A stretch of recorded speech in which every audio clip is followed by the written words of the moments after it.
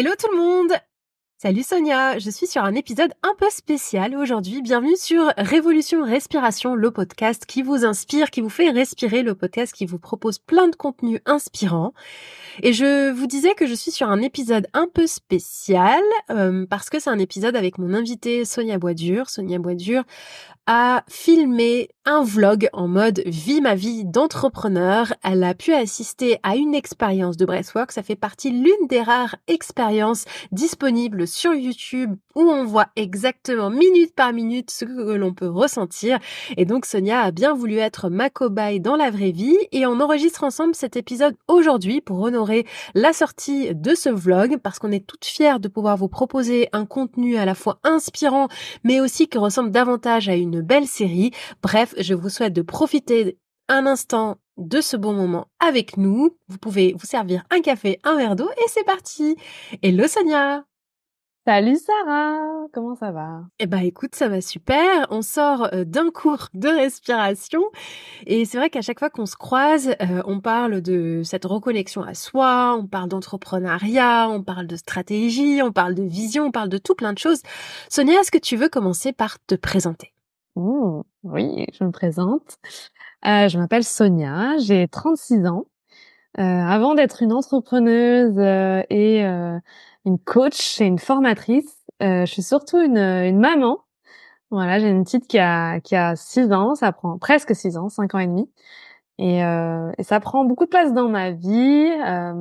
Du coup, c'est vrai que je l'emmène directement parce que quelque chose, c'est un pilier important dans ma vie, notamment d'entrepreneuse. Donc, de trouver sans cesse cet équilibre entre ma vie de maman et ma vie d'entrepreneuse qui court un peu partout parce que, comme je l'ai dit juste avant, je fais de la formation. Donc, je suis amenée très souvent à aller animer des ateliers en entreprise, notamment sur des sujets qui peuvent toucher d'ailleurs à tout plein de domaines, mais plus spécifiquement sur ce qu'on va appeler les soft skills, donc compétences de savoir-être. Et donc à l'intérieur de ça, je mets la gestion émotionnelle, la gestion des conflits, la capacité à manager, à faire du feedback à son équipe. Donc tous ces sujets vraiment liés à l'humain. Et donc, je suis ravie en tout cas d'être là. Je suis ravie de pouvoir aussi parler de cette expérience qu'on a vécue ensemble toutes les deux, qui était absolument extraordinaire. Donc, merci de me donner la parole là-dessus. Bah écoute Sonia, déjà avec grand plaisir parce que j'adore les sujets que tu viens d'évoquer et en plus j'adore ta personne. On a eu la chance donc de se croiser dans la vraie vie. Si vous regardez donc l'épisode de YouTube, le vlog qui est en description de cet épisode de podcast, vous allez voir qu'on a passé un bon moment ensemble à débriefer autour d'un croissant. Enfin bref, j'ai adoré. T'es un peu nature peinture et c'est ce qu'on aime en fait dans ta personnalité. Et donc Sonia, j'ai une question là à te poser. Qu'est-ce qui t'a pris le jour où tu m'as écrit en me disant Sarah, est-ce qu'on pourrait tourner un épisode en mode vie ma vie? Qu'est-ce qui t'est passé par la tête? Ouais, c'est une très bonne question. En fait, j'ai toujours eu ce souhait on est entrepreneuse et ce qui est génial, on l'a dit un peu avant, mais on peut tout faire en fait. On peut carrément tout faire dans ce rôle et je suis assez multipotentielle. Donc moi, je suis touche à tout, j'aime découvrir plein de domaines et ça fait un bon moment que j'avais envie de faire un projet vidéo. Vraiment avec de l'image, de l'expérience, de l'émotion.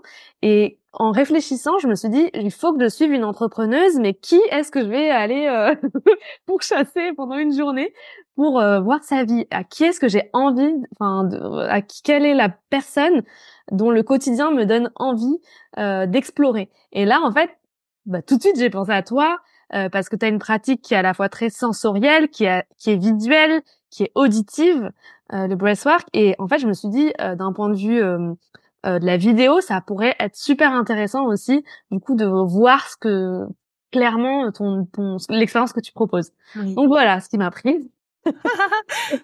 Bah génial. Bah, en tout cas, moi j'ai reçu ce message. Je dis, ah bah ouais, carrément. Allons-y. L'avantage, c'est que Sonia m'a écrit quelques jours, donc avant que je fasse une intervention dans un studio, en plus qui est un peu spécial. Sans trop vous spoiler l'épisode, le studio est immersif, donc d'un point de vue sensoriel, on est sur quelque chose de vraiment qui vient, je dirais enveloppant, qui invite au voyage. Et c'est une expérience que j'adore mener, donc tous les premiers samedis du mois dans ce studio. Et il s'avère que Sonia s'est à tenter l'aventure sans trop savoir en plus À quoi s'attendre? Et donc Sonia, j'allais, te demander justement, si tu te mets maintenant dans les baskets d'une personne qui n'a jamais entendu parler de cette pratique, qui vient de découvrir le mot Mmh. breathwork, comment est-ce que tu pourrais la lui expliquer? Waouh! C'est une vaste question parce qu'en fait, c'est tellement, une pratique sensorielle que tu ressens à l'intérieur que la réponse, elle peut être, très multiple. Mais en tout cas, moi, la manière dont je l'ai vécu, c'est un doux voyage intérieur. Voilà. Faut savoir que je suis une personne qui me questionne énormément. Je me pose beaucoup de questions sur moi, qui je suis, qui sont mes ancêtres, quels sont mes talents. Enfin, je suis énormément une personne dans l'introspection et du coup, je me fais coacher tout le temps, je vais voir des psys, je fais de la thérapie, enfin vraiment, je fais tous les trucs possibles, imaginables. Donc forcément, ça m'a parlé, ça m'a intriguée, je voulais savoir. Mais réellement, moi, je trouve que ce qui est hyper puissant dans le breathwork, c'est finalement ce cheminement vers soi, mais dans le silence. Vraiment dans le silence. Et ça m'a fait du bien parce que j'ai l'impression d'être tout le temps dans le faire, dans la recherche, dans la quête éternelle de qui je suis, voilà, ma vie, mon œuvre, tu vois? Et là, en fait, de pouvoir faire silence et juste d'être. Et ben, en fait, c'est un apaisement, c'est un bonheur, absolu. Donc, bah, déjà, je te remercie à nouveau parce que, je pense que ça a été un déclencheur pour moi aussi par la suite. Et on en reparlera sûrement. Mais, voilà, en tout cas, Suspense. gratitude. Suspense sur suspense. J'adore quand tu parles de doux voyage intérieur. C'est vrai que il y a une image autour du breathwork sur les réseaux sociaux qui parle de puissance. Et oui, c'est effectivement puissant, mais en fait, c'est aussi un espace pour se reconnecter à soi-même. En tout cas, c'est ce que je souhaite véhiculer à travers cette méthode. C'est la raison pour laquelle j'ai écrit le livre de la respiration rythmique qui propose en fait des alternatives, peu importe le niveau, peu importe le background, parce qu'en tant qu'experte de la régulation émotionnelle, toi tu le sais, gérer ses émotions, ça se fait d'un point de vue mental, mais aussi d'un point de vue physique. Et du coup, Sonia, donc maintenant que tu as fait cette Mmh. expérience de breathwork, au niveau de ta rencontre justement avec toi-même d'un point de vue non verbal ou de la gestion de tes émotions, quels sont un peu les bienfaits que tu as pu en tirer? Ouais, très bonne question. Alors, il y en a plusieurs. D'abord, c'est la capacité à me connecter, plus rapidement à mon intuition. Et à mes ressentis, faire plus confiance à mon corps et à lui laisser beaucoup plus de place, en fait, notamment dans ma prise de décision. Par exemple, si j'ai une décision importante à prendre ou, si je me pose des questions sur un sujet, je sais que je vais pouvoir aussi aller me connecter à ces ressentis. Et la deuxième chose que je voulais dire aussi, c'est que le fait d'avoir fait cette expérience qui dure quand même 2 heures, vous pourrez le voir dans le vlog, on dirait pas que ça dure 2 heures. Moi, j'ai eu l'impression que ça durait 10 minutes, mais c'est quand même 2 heures. Donc 2 heures, ça reste conséquent de respirer pendant 2 heures. Donc ça, c'est intense, mais encore une fois, ça reste, accessible et doux. Enfin, je veux pas quand je dis le mot intense, c'est peut-être pas exactement le mot, mais intense en termes de durée, on va dire. Ça dure 2 heures. Donc tu ressors de là vraiment, mais j'ai l'impression d'avoir, je sais pas, fait un voyage à l'intérieur de moi. Et en revenant, j'ai eu b beaucoup plus les sensations que j'ai pu ressentir de détente, de bien-être, de calme, d'apaisement, en fait, j'ai eu tout de suite envie de les retrouver. Mais vraiment, je me suis dit: «Mais genre, c'est une drogue, en fait, le truc, tu envie de recommencer». Tu te dis: «C'est quand la prochaine?» Après, je peux pas à chaque fois faire les sessions de 2 heures de Sarah, mais par contre, ce que ça a déclenché chez moi, c'était l'envie de respirer beaucoup plus dans mes journées. Du coup, j'ai commencé à mettre à la cohérence cardiaque, 3 fois par jour, 5 minutes. Et en fait, je me dis 5 minutes, clairement, je peux les faire. Enfin, si j'arrive pas à m'attribuer 5 minutes 3 fois dans la journée, c'est quand même il y a un problème. Donc je le fais et je sais que l'expérience de 2 heures avec toi m'a permis d'aller vers ça parce que tellement ressenti les bienfaits, je me suis dit: «Mais si je fais ça dans la durée, c'est dingue, en fait». Ouais. Voilà. Trop cool Sonia et bah, en fait, ce qui est génial avec toi, c'est que non seulement tu as donc la casquette, de formatrice et donc toi-même tu viens, tu as une approche très pédagogique en fait de ces Mmh. sujets et tu formes même les gens en entreprise, et même les entrepreneurs. Et donc je pense que là, essentiellement sur mon podcast, j'ai plutôt des personnes qui ont le souhait de lancer un projet, qui l'ont pas encore fait, ou bien des personnes qui ont déjà lancé un projet, qui se questionnent, ou bien des personnes qui envisagent peut-être un jour d'en lancer un, mais qui n'ont pas vraiment démarré. En quoi est-ce que la maîtrise de la respiration peut les aider dans leur quotidien? Mmh, je dirais que, en fait, encore une fois, c'est la reconnexion à soi, c'est, quand même, voilà, le la respiration, c'est quelque chose qu'on fait inconsciemment, donc c'est-à-dire que prendre le temps à un moment donné de se connecter à ce souffle de vie, c'est quelque chose de si puissant que forcément, ce qui v s enfin, tu vas pouvoir te connecter à ce qui t'appelle réellement, en fait. OK. Je crois sincèrement que c'est une boussole, en fait, vraiment. Je Je rigole et là, les personnes qui nous écoutent doivent dire: «Mais pourquoi est-ce qu'elle rit?» C'est parce qu'en fait, c'est un peu le langage imagé, que j'ai tendance à utiliser pour expliquer ça, c'est un peu compliqué. Peut-être qu'on peut décloisonner un peu et rentrer plus précisément, par exemple, dans l'univers entrepreneur, dans l'univers de l'entrepreneuriat. Hem, Aujourd'hui, on voit que il y a eu, en fait, pendant la période Covid, une explosion d'entrepreneuriat en ligne, et oui. c'est super qu'il y ait cet outil-là qui a permis à plein d'entreprises, de se lancer. Mais aujourd'hui, j'ai l'impression qu'il y a aussi un peu un retour vers des modes de vie un peu plus déconnectés, un peu une utilisation des réseaux sociaux plus écologique pour soi.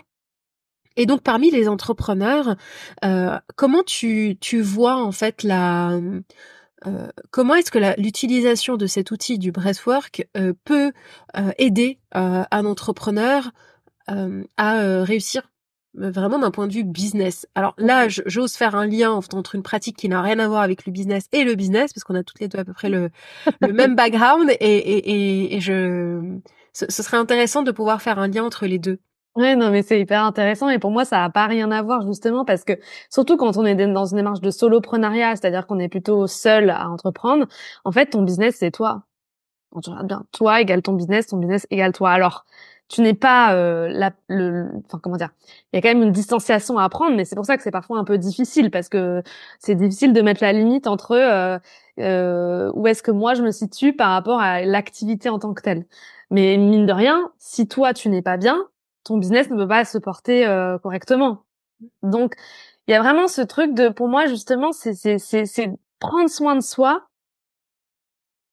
prendre du temps aussi pour soi, pour se faire du bien, pour, se ressentir, vraiment se ressentir son enveloppe corporelle qu'on a tendance à tellement laisser de côté parce qu'on est dans le cerveau ça tourne, ça tourne, ça tourne, que en fait pour moi la clé, je te jure, c'est vraiment la clé de la réussite du business, c'est vraiment d'être capable d'être avec soi-même. Et c'est assez paradoxal parce qu'on pourrait croire que réussir, c'est faire toujours plus, c'est, produire toujours plus, c'est aller chercher toujours plus de clients. Oui, mais en fait, si tu le fais pas en conscience, si tu le fais pas en étant, complètement aligné avec toi, tes valeurs, qui tu veux avec qui tu veux travailler et cetera, bah, ça peut pas marcher. Donc je dirais que c'est ouais, c'est je sais pas, c'est la base, c'est d'être là, en fait. Peut-être qu'on me voit pas en audio, mais j'ai montré mon cœur. J'ai montré mon cœur parce que la respiration, c'est ça aussi. Enfin, du coup, merci aussi parce que j'ai appris plein de choses en lisant ton bouquin, par exemple, sur les mécanismes, les fonctionnements. J'ai compris que la respiration, c'était un peu le cheval de Troie pour arriver à la cohérence, enfin, à la fréquence cardiaque, au cœur, en fait, au cœur. Donc, ouais, pour moi, c'est mettre du cœur et du souffle dans son business. La tonne de punchline que tu m'as que tu m'as sorti sur cet épisode. Un grand merci, Sonia. En fait, la particularité de ce genre d'expérience, c'est qu'on a du mal à les expliquer, donc on va souvent utiliser des images, des arguments un peu rationnels pour rassurer, mais je pense que, en tout cas, il y a toujours ce principe-là que j'adore, c'est dire: on vit dans un monde où on a de plus en plus besoin de comprendre. Et aujourd'hui, les consciences sont de plus en plus présentes. On lit, on a une accessibilité à l'information qui est très simple, très accessible. Et donc, euh, le fait de ressentir en complément, ça amène une dimension où notre corps reçoit, perçoit et comprend les choses en plus de notre mental. Et je trouve que c'est un super moyen de progresser. Mmh. Parce que quand on vient complètement, enfin quand on ne développe que la partie théorique sans vraiment s'exercer et sans vraiment s'imprégner d'un point de vue physique, c'est vrai qu'on peut développer des idées, mais notre corps ne perçoit pas ça. Donc c'est vrai que la respiration, elle crée le pont entre les deux. Et j'avais envie de te poser une question ici un peu plus précise par rapport à la gestion des émotions. Mmh. Quels sont un peu les outils que toi tu utilises pour nous aider à mieux appréhender nos émotions? En fait, je pense que déjà la base, pour comprendre, le fonctionnement des émotions, c'est, de comprendre le principe du capter-réguler. Donc en fait, la première chose, c'est que quand tu as une émotion, déjà il y a pas d'émotion négative, positive, il y a juste une émotion qui est une information, que tu voilà, que ce que ton corps, va interpréter, mais s'il y a pas de bien ou de mal dans les émotions. Si tu as une émotion, c'est que ton corps a besoin de l'exprimer. Bon bref, c'était pas ça le sujet, mais donc en fait, tu vas capter ton émotion, la première chose, et la deuxième étape, c'est d'être capable de la réguler. Et donc c'est deux choses différentes, mais qui sont essentielles et complémentaires. Donc premièrement, je le capte. Donc qu'est-ce que la colère, comment je la ressens dans mon corps? Où est-ce qu'elle se situe? Quelle température? Quelle forme elle a? Donc c'est de réussir réellement à de manière très précise et consciente, identifier ses émotions à l'intérieur du corps.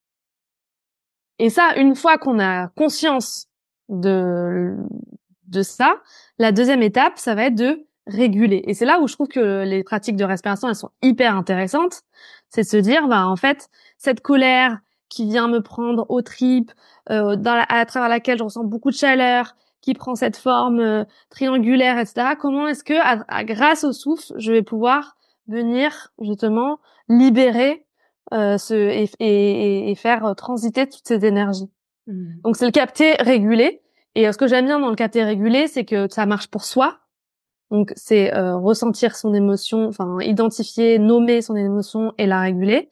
Et ça marche chez l'autre aussi, c'est-à-dire dans mon interaction avec l'autre, être capable de capter l'émotion que peut vivre l'autre et être capable dans l'interaction que je vais avoir avec la personne, pouvoir aussi réguler si je sens par exemple de la frustration chez l'autre et que j'ai besoin de créer un lien avec cette personne, comment est-ce que je vais justement communiquer avec la personne pour pouvoir voilà, pour pouvoir être efficace dans mon interaction. Voilà. Oui. Donc capter, réguler, je trouve que c'est un bon moyen déjà Simple à retenir. ouais, voilà. Mmh. Mmh. Comment une personne aussi rationnelle que toi, Sonia, se retrouve dans une session où ça parle état de transe, sonothérapie, ondes cérébrales, hem, champ, champ élargi de conscience, et cetera. Mmh. Je te pose la question de cette manière-là, de manière très volontaire, Mmh. parce que en fait, ça peut rebuter, ça peut questionner. C'est un peu la partie un peu bizarre de l'expérience. Et ce que j'adore au fur et à mesure que l'on avance sur l'épisode vidéo, donc le vlog, c'est que tu parles de tes ressentis. Et toi, donc, il y a une Mmh. intelligence émotionnelle forte qui est formatrice dans ce domaine-là. Tu poses des mots que j'ai trouvé très justes. Donc, comment arrives-tu à pouvoir passer de manière très simple et de manière très naturelle entre Sonia rationnelle, la tête au carré et qui intervient en entreprise et qui est maman et qui a un mode de vie très cadré, à Sonia qui a aussi de temps en temps envie de se livrer à des expériences qui la sortent complètement de sa zone de confort. Mmh. Alors j'ai 2 réponses à ça. D'abord, je pense que j'ai un côté très spirituel où je crois vraiment qu'il y a quelque chose de plus grand que moi. Donc peut-être j'ai la capacité effectivement de passer de ce côté spirituel à un côté plus rationnel. Et la deuxième chose, c'est que je pense que ta pratique, elle est elle est hyper scientifique en réalité. C'est qu'il y a rien de bizarre, quoi. C'est que même la transe, c'est quelque chose qui peut être expliqué de manière très rationnelle, très scientifique. C'est des ondes cérébrales qui descendent. Il y a tout un tas de réactions chimiques qui font que tu vas avoir un état de modifié de conscience et c'est pas je veux dire ça a rien de perché en réalité. Tu vois ce que je veux dire? C'est un oui, c'est un débat, moi, qui me fait beaucoup Ouais, rire parce que en fait, je ne vois pas le débat. ouais. Mais c'est vrai que c'est une partie quand même, enfin, j'ai osé ici la question parce que je pense que ça permet de démystifier, ça permet d'en parler ouvertement aussi, et ça permet de montrer que tout le monde est le bienvenu, peu importe la Mmh. carte du monde, dans laquelle la personne se trouve. Petite anecdote, Mes cours sont absolument mixtes. C'est-à-dire que j'ai des hommes, des femmes, des grands, des moins, enfin des personnes âgées, des personnes plus jeunes. J'ai des backgrounds super différents. En fait, peu importe, parce que la respiration est super universelle et c'est ça qui est beau. Sonia, franchement, moi, en tout cas, j'ai vraiment été tellement embarquée par cette aventure qu'aujourd'hui, on a continué à avancer et puis on a passé pas mal de temps pour que le podcast soit, pour que le vlog soit justement monté, disponible sur ta chaîne YouTube, donc Sonia Boisdur. Vous allez retrouver encore une fois le lien en descriptif de cet épisode de podcast. Allez vraiment regarder la vidéo, vous allez voir que ça ressemble un peu à un film. Ce film-là, c'est Sonia qui l'a vécu. Sonia est à la fois spectatrice, narratrice. Je suis juste, je crois, metteur en scène, c'est ça. Mais t'es aussi l'actrice principale quand même parce qu'on l'a pas dit. Mais donc dans cet épisode de vlog, évidemment il y a la partie où j'expérimente le breathwork pendant 2 heures. Donc là on me voit passer tout un tas d'états émotionnels, etc. Mais il y a aussi toute une séquence sur laquelle on voit le quotidien de Sarah, ce qu'elle fait dans ses journées, comment elle s'organise. Donc c'est aussi vachement passionnant d'un point de vue, je veux dire, entrepreneurial, de comprendre dans une activité comme la tienne comment ça se passe des journées. Et merci en tout cas d'avoir accepté d'ouvrir tes portes parce que voilà, c'était quand même une journée très enrichissante, très comment dire, plus qu'enrichissante en fait, c'était transformatrice carrément. Ouais, j'ose le mot. Bah écoute Sonia, c'est ce qui est bien avec toi, c'est que les choses sont simples et donc j'espère que vous arriverez un peu à ressentir cela aussi au travers de l'épisode. En tout cas, si vous regardez, n'hésitez pas à nous laisser des commentaires, on les lira avec grande attention, ça nous fera énormément plaisir. C'est l'épisode, on n'est pas sur Lena Situation qui fait un épisode par jour, on est vraiment cette fois-ci, on avait envie en fait de vous délivrer les coulisses et les dessous d'une expérience intrigante. Donc on espère que ce sera instructif, on espère que ça vous fera du bien aussi parce que je l'ai trouvé vraiment apaisant cet épisode. Franchement, je l'ai regardé plusieurs fois et à chaque fois ça m'a mis de bonne humeur. On dirait que c'est contagieux. En fait, on dirait que ton émotion en live comme ça sur la vidéo, elle est contagieuse. Merci pour ta sincérité, merci pour ta joie de vivre, merci pour tous tes partages. Je pense que j'aurais pas rêvé d'un cobaye aussi aussi à la one again que Sonia. Qu'est-ce que je voulais vous dire d'autre? Oui, un point très important avant de clôturer cet épisode. Sonia, tes actualités, où est-ce qu'on peut te retrouver? Où est-ce que on va taper Sonia Boisdur pour aller en savoir plus sur ce que tu fais? Alors, je vais te jouer le coup de la facilitatrice. Avant de vous parler de mes actus, je voulais quand même vous dire, vous allez aller voir le vlog, vous verrez à quel point c'était une expérience tellement dingue. Et du coup allez faire un breathwork si vous vous sentez prêt, si ça vous intrigue et que ça vous parle et que ça vous appelle. Bien sûr il faut le faire de manière encadrée et donc Sarah elle fait des sessions régulièrement sur Paris mais aussi à distance, donc je recommande à fond. Voilà, c'était pour la promo. Merci Sonia. Sarah, mais parce que vraiment à fond je vous recommande. D'ailleurs à chaque fois que je vais quelque part maintenant je parle de Sarah et j'invite les gens à aller tester son breathwork. Et sinon pour ma part, vous me retrouverez sur la chaîne YouTube. Il y a donc j'ai un podcast vidéo dans lequel j'interviewe des entrepreneuses. Vous pouvez me retrouver également sur Instagram et sur LinkedIn. Je propose aussi une offre de formation digitale en lien avec mes sujets. Donc c'est la facilitation, la créativité, la gestion des émotions. J'ai un certain nombre de formations en ligne qui sont disponibles. Voilà. Génial, Sonia. Merci. Je mettrai donc tous ces liens en description de cet épisode de podcast. Encore une fois, une invitée spéciale pour un épisode spécial. Merci pour votre écoute. Si vous n'avez pas le temps de regarder l'épisode tout de suite, allez bien vous abonner à sa chaîne YouTube et prenez le temps de le regarder.